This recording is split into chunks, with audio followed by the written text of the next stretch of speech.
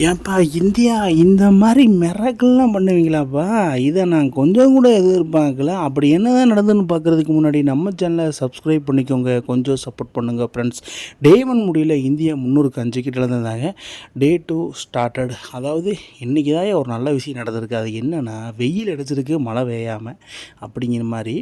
So ஸ்டார்டிங்லேயே வந்து பார்த்திங்கன்னா ஜுரல் வந்து பட்டையை கலப்பும் பாண்டியா மாதிரி போட்டு செமையாக ஆடிட்டு இருந்தார். பட் அவரு கூட சேர்ந்த ரிஷப் வந்து ஏப்பா எங்கூட 6 அடிக்க விடாமல் இருப்பேன்னா நான் எனக்கே நீங்கள் வந்து பார்த்தீங்கன்னா தம்புஞ்சுரி ரிஸ்ட்டுஞ்சுரி ஆக்கி என்னை வெளியில் பார்க்குறீங்களா, அது ரிட்டர்ட் ஆக வச்சிட்டிங்க பார்த்தீங்களா அப்படின்னு சொல்லி பாரபட்சம் பார்க்காம ஒட்டு தட்டு கட்டுன்னு போட்டு பொலவலன்னு பொழந்துட்டு இருந்தாங்க ஜுரலும் ரிஷப் பண்டும் ஸ்ரீலங்கன் பவுலர்ஸை.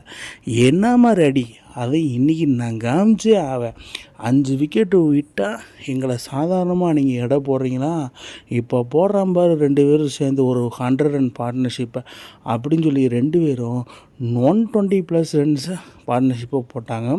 ஸோ அதுக்கு தகுந்த வாயில் தான் அந்த எஃபர்ட்டுக்கு ரிஷப் பண்டுக்கு ஒரு 50 கிடச்சிருக்கு. அதுவும் அவரோட டெஸ்ட் கெரியரில் 21st 50. அது வேறு லெவல் இல்லை. ஸோ அதே இடத்துல தான் நம்ம ஜுரலுக்கும் ஒரு 50 கிடச்சிருக்கு. அது அவர் கெரியரில் செகண்ட் டெஸ்ட்டு 50. அதுலேயும் பாருங்கள், அந்த டெஸ்ட் 50 போட்டு அவரோட சல்யூட்டு தான் இந்த ட்ரேட்மார்க்கு சல்யூட்டு, ஸ்டேர்மார்க் ஸ்டைலுன்னு சொல்லணும். ஸோ அந்த மாதிரி போட்டு போனதுட்டாப்புல. பட் இவங்க 2 பேரும் சேர்ந்து அடித்ததுனால டே 2 லஞ்ச் பிரேக் முடிவில் பார்த்தீங்கன்னா 112 ஓவருக்கு 419 ரன்னு 6 விக்கெட் இழந்துட்டாங்க இந்தியா. இதில் ரிஷப் பண்ட் பார்த்தீங்கன்னா 88 பாலுக்கு 63 ரன்னு நாட் அவுட்டும், ஜுரல் 107 பாலுக்கு 59 நாட் அவுட்டும், அஸ்தப் பர்னாண்டா வந்து பார்த்திங்கன்னா 4 விக்கெட்டு 60 ரன்னை கொடுத்து. ஸோ லஞ்ச் பிரேக் முடிஞ்சு வந்த கையோட என்ன நடந்ததுன்னா, நம்ம மானவ சுதர் ஏதோ ஒன்று பண்ணுவார் அப்படின்னு பார்க்குறது. ஏன் மானவ சுதர் சொல்லணும்னா, அந்த இடத்துல ரிஷப் பண்ட் அவுட் ஆகி இப்போ வெளியே திரும்பிட்டார். வந்த கோயடியாக அவுட் ஆகி இப்போ வெளியே திரும்புறதுனால மானவ சுதர் இன்னும் பண்ண முடியல. ஸோ அதுக்கப்புறமா 95 ரன்னில் ஜுரல் ஆடிட்டு இருக்கும்போது சற்று தாமதமின்றி மழை குறுக்கிட்டுருச்சு. அதாவது என்னடா நல்லா ஸ்மூத்தாக போயிட்டுருக்கே, இந்த மழைன்னு ஒரு கான்செப்ட் இருக்குமே, அது ஒன்றும் எதுவும் நடக்கலையே அப்படின்னு மாலை மேகமூட்டத்துடன் காணப்படுகிறது வானம். ஸோ அதனால் இடியுடன் கூடிய மழை, பலத்த மழை ஏற்பட வாய்ப்பு இருக்குது. அதுதான் கவர் ஸ்போர்ட் மூடிட்டுருக்காங்க. ஸோ மழை முடிஞ்ச வந்த டீ பிரேக்கெல்லாம் முடிச்சுட்டு வந்த கையோட ஜுரல் ஒரு அற்புதமான ஒரு செஞ்சுரியை போட்டார் பாருங்கள். அவரோட டெஸ்ட் கெரியரில் செகண்டு டெஸ்ட்டு 100 அவருக்கு கிடச்சதில் வேறு லெவலில் திருப்தி. அதுலேயும் 99 ரன் இருக்கும்போது அந்த சிங்கிள் ரன்னுக்கு ஸ்டோக்கை போட்டு ஒன்றாரு பாருங்கள் ஸ்ட்ரெயிட் ட்ரைவில். அதெல்லாம் டெஸ்ட்டு மிஸ்ஸு, நூலில் விக்கெட்டு மிஸ் ஆகிடுச்சு.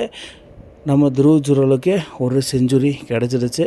செகண்ட் டெஸ்ட் செஞ்சுரி அடிச்சிருக்காரு பிரமதோசோ கொலம்போ ஸ்டேடியில். என்ன மாதிரி ஒரு வரவேற்பு ஜுரலுக்கு. அது மிடில் ஆர்டரில் ரிஷப் பண்ட்டுக்கு அப்புறம் இறங்கி ஒரு அருமையான சம்பவங்கள் நாக்கும். அதுவுமே டெய்லெண்டரில் வச்சு முடிச்சிருக்காப்புல. அதாவது முகமது சிராஜ், பிரசித் கிருஷ்ணா அண்டு மேனசுதர், அதாவது டெய்லெண்டரை வச்சு நான் ஃபினிஷ் பண்ணி காமிக்கிறேன் அப்படிங்கிற மாதிரி ஆடி அந்த செஞ்சுரி எடுத்து தருவாயில் என்ன மாதிரி ஒரு வரவேற்பு. இதைத்தான் நான் எதிர்பார்த்தேன் அப்படிங்கிற மாதிரி கௌதம் கம்பீர் ஹெட் கோச் சொன்னது. ஸோ இதுக்கப்புறம் என்னென்னா டே 2 இன்னிங்ஸ் பிரேக் முடிவில் இந்தியா 138 ஓவருக்கு 503 ரன்கள் 9 விக்கெட் இழந்திருக்காங்க. அது டிக்ளரும் பண்ணிட்டாங்க. ஸோ ஃபைனல் கால், அது ஒரு டீம் டாமினேஷன் பண்ணி அதை டிக்ளேர் பண்ணும்போது கேப்டன் அதில் ஒரு கெத்து கிடைக்கும் பாருங்கள், வேறு லெவல். அதில் பார்த்திங்கன்னா இந்த மேட்சை பொறுத்த மட்டும் தேவதர் பட்டிக்கல் 117 ரன்னும் 193 பாலுக்கு, ஜுரல் 115 ரன்னு நாட் அவுட்டு 177 பாலுக்கு, அஸ்தப் பர்னாண்டா 4 விக்கெட்டு போட்டிருக்காரு 107 ரன்களை கொடுத்து. ஸோ செகண்ட் இன்னிங்ஸ் ஸ்டார்ட் பண்ணியிருக்காங்க. அந்த இடத்துல வந்து பார்த்திங்கன்னா ஃபஸ்ட் பேட்டிங் ஃபஸ்ட் இன்னிங்ஸில் என்ன மாதிரி ஒரு வரி பிரதீஷ் கிருஷ்ணாக்கு, அதாவது முகமது சிராஜை வீசின 2 பால்லேயே வந்து மறந்துருச்சு.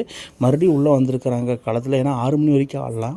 ஸோ வந்து 2வது ஒரு வீசை வந்து பிரதீஷ் கிருஷ்ணா ஸ்டார்டிங்கிலேயே விக்கெட் எடுத்து கலக்காலஜியை போட்டாப்புல. அப்படி போட்டதுனால சரி டெய்லண்டரை இறக்கி தான் ஆகணும். நைட் வாட்ச்மேனாக உள்ள பிரபுஸ் ஜெய்சூர்யா அவரையும் போட்டு எடுத்துட்டாங்க.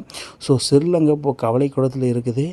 8 ரன்னுக்கு 2 விக்கெட்டை இழந்துட்டாங்க. ஸோ பிரதீஷ் கிருஷ்ணா ஒரு விக்கெட்டும் மானவ சுதார் ஒரு விக்கெட்டும் போட்டு ஸ்ரீலங்கா ட்ரையல் பை 495 ரன்ஸ் அடிக்கணும். நாளைக்கு டே 3 பொறுத்த மட்டும். டே 2 பொறுத்த மட்டுக்கு இந்தியாவுக்கு சாதகமாக ஃபுல் அண்ட் ஃபுல்லி அமைஞ்சிருக்குன்னு தான் சொல்லணும். ஸ்ரீலங்கா ரொம்ப கவலைக்கிடத்தில் இருக்கிறாங்கவும்.